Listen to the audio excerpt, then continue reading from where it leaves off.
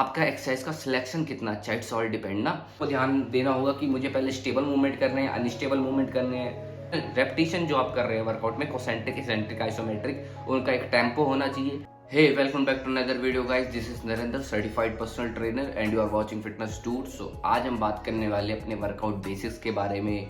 आप क्या मिस्टेक कर रहे हैं ड्यूरिंग वर्कआउट, जिस वजह से आपकी मसल ग्रोथ नहीं हो पा रही है, हो रही है तो बहुत स्लो रेट से हो रही है।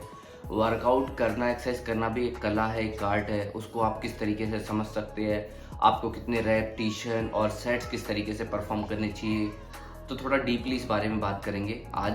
तो बहुत ज़्यादा इंपॉर्टेंट वीडियो है वर्कआउट बेसिक्स के बारे में। आज हम बात करते हैं वर्कआउट बेसिक्स के बारे में। तो let's get started the video. Workout basics क्यों जरूरी है?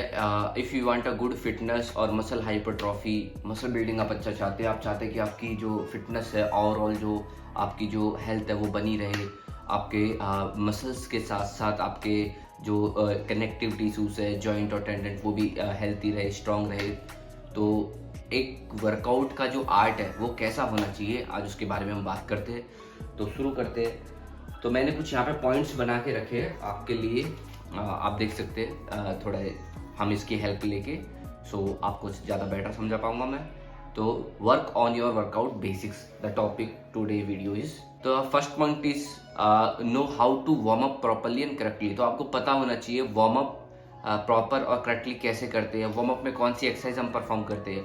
बहुत से लोग आपने देखे होंगे आते सीधा डंबल से ऐसे से हिलाने लगते हैं हाथों को, ऐसे ऐसे ऐसे अपने जॉइंटों को वो स्ट्रोक दे रहे हैं, अपने जॉइंटों को वो एक झटका दे रहे हैं, भाई उठ जा उठ जा उठ जा। तो वो चीज़ नहीं करनी चाहिए। हमारी बॉडी बहुत प्यारी चीज़ है, तो उसको बड़े आराम आराम से समझाओ कि हाँ वर्कआउट का टाइम आ गया है। तो मोबिलिटी वार्म अप कैसे करते हैं, इसके लिए मैंने बहुत अच्छी वीडियो बनाई है, जो मेरी इससे पहले की जो लॉन्ग वीडियो है वो मेरी वार्म अप के ऊपर, आप वो जाके चेकआउट कर सकते हैं। उसका लिंक भी मैं डिस्क्रिप्शन में डाल दूंगा। एंड आपने देखा होगा बहुत से लोग जिम में आते सीधा ट्रेडमिल, साइकिल पे चढ़ जाते हैं।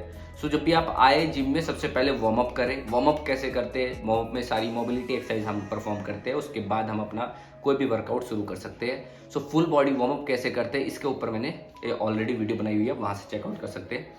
So second point is how to perform repetition. तो हमें पता होना चाहिए हमें रेपिटेशन कैसे परफॉर्म करनी चाहिए। तो रेपिटेशन के अंदर हमारे 3 फेसेस होते हैं। Okay, so let's discuss about that. The first is concentric, eccentric and isometric. Okay, so concentric जो होता है वो अगेंस्ट द ग्रेविटी होता है, और इसेंट्रिक जो होता है टूवर्ड्स द ग्रेविटी होता है, एंड आइसोमेट्रिक इज आप जहाँ पे आप कोई मूवमेंट नहीं कर रहे पर मसल का कॉन्ट्रैक्शन आपका बना हुआ है, जैसे कि आप डंबल कल करते हुए डंबल को ऐसे होल्ड कर लेते हैं, तो this is called isometric. Plank जो मूवमेंट है we can also called it isometric. Okay, तो कोसेंट्रिक, इसेंट्रिक, आइसोमेट्रिक हमारे 3 फेसेस होते हैं रेपिटेशन में। ओके, कैसे इसको परफॉर्म करते हैं आज इसके बारे में थोड़ा सा मैं डिस्कस इसको छेड़ता हूँ। सो थोड़ा आज डीप होने वाली है वीडियो, बहुत अच्छी वीडियो होने वाली है, आपकी हेल्प मिलेगी आपको। Okay, so concentric and eccentric, जैसे कि मैंने आपको बताया, कोसेंट्रिक डंबल को ऊपर ला रहे हैं, कोई भी वेट को ऊपर ला रहे हैं, अगेंस्ट द ग्रेविटी जा रहे हैं, that is called concentric. Eccentric dumbbell को ग्रेविटी के पास लेके जा रहे हैं, टूवर्ड्स द ग्रेविटी जा रहे हैं, तो दैट इज कॉल्ड इसेंट्रिक। तो जो अगर हम ऑन एन एवरेज जब हम रेपिटेशन लगा रहे हैं तो ये 3 फेसेस होते हैं। तो जब हम तीनों फेसेस करेंगे तो हमारा जो इसेंट्रिक मोशन जो होगा वो 2 सेकंड स्लो होगा, ऑन एन एवरेज मैं बता रहा हूँ। बाकी मसल हाइपरट्रॉफी के लिए, मसल स्ट्रेंथ के लिए, इंडोरेंस के लिए, सबके लिए ये तीनों फेसेस का टाइम ड्यूरेशन अलग अलग होता है। इसके बारे में डीपली हम नेक्स्ट वीडियो में हम बात करेंगे। तो अभी हम इतना जान लेते हैं, ऑन एन एवरेज अगर आप हाइपरट्रॉफी के लिए ट्रेन कर रहे हैं तो इसेंट्रिक आप कोशिश करें 2 से 3 सेकंड्स आप स्लो लेके जाए, एंड 1 सेकंड फास्ट आप लेके जा सकते हो। Okay, concentric and eccentric, concentric and eccentric, and isometric के लिए आप 1 सेकंड यहाँ पे होल्ड भी कर सकते हैं, जहाँ पे आपका मैक्सिमम कॉन्ट्रैक्शन है। तो ये है रेपिटेशन कैसे परफॉर्म करते हैं। And the third point is how many sets should you workout consist of.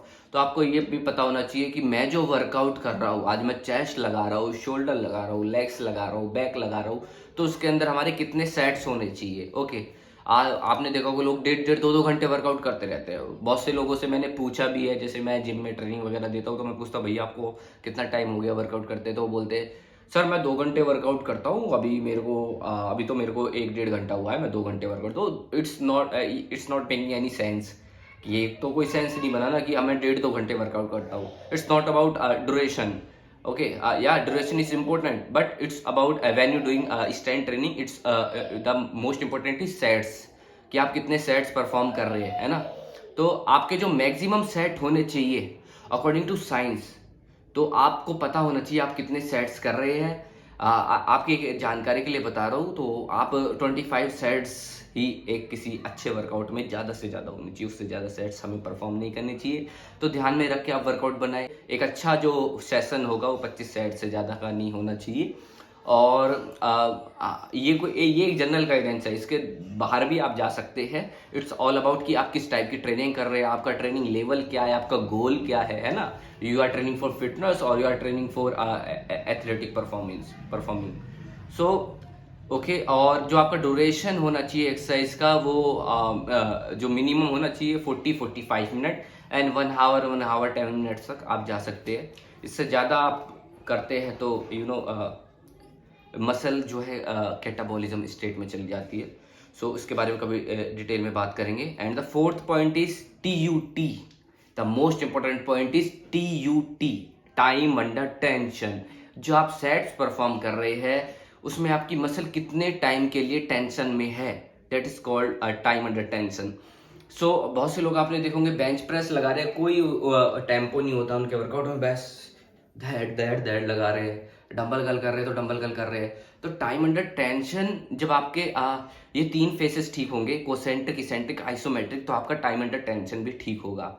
तो जो भी आप सेट्स कर रहे हो वो जैसे मैंने बताया, eccentric 2 second slow and 1 second you can do fast. Okay, जो एक ऑन एन एवरेज मैंने टेम्पो बताया आपको। और हमारा पॉइंट था टाइम अंडर टेंशन।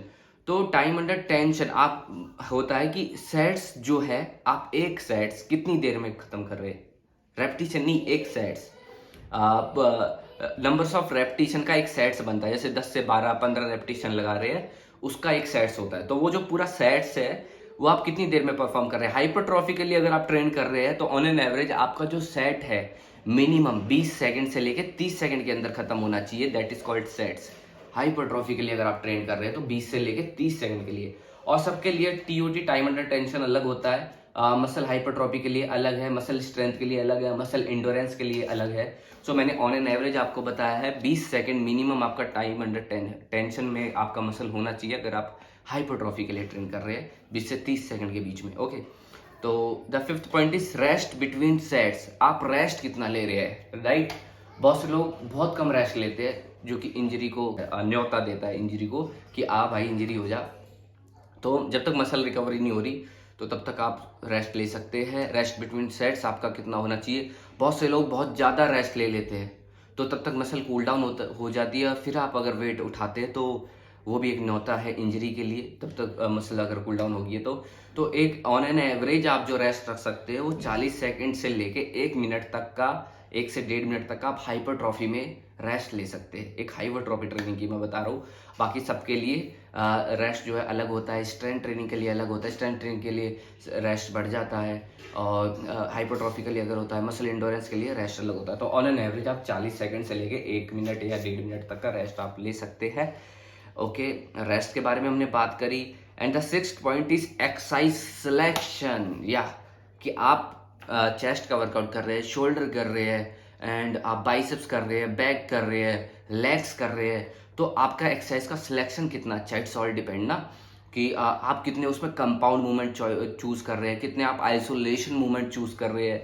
तो कितनी एक्सरसाइज आपने ऐसी रखी है जो कंपाउंड मूवमेंट है, कितनी एक्सरसाइज आपने उस वर्कआउट शेड्यूल में रखी है जो आइसोलेशन है, और किसको आप पहले परफॉर्म कर रहे हैं, कंपाउंड को पहले परफॉर्म कर रहे हैं, आइसोलेशन को पहले परफॉर्म कर रहे हैं। ये सारी डिटेल जो पता चलती है हमें, ये हमें पता होना चाहिए कि आपका जो लेवल क्या है।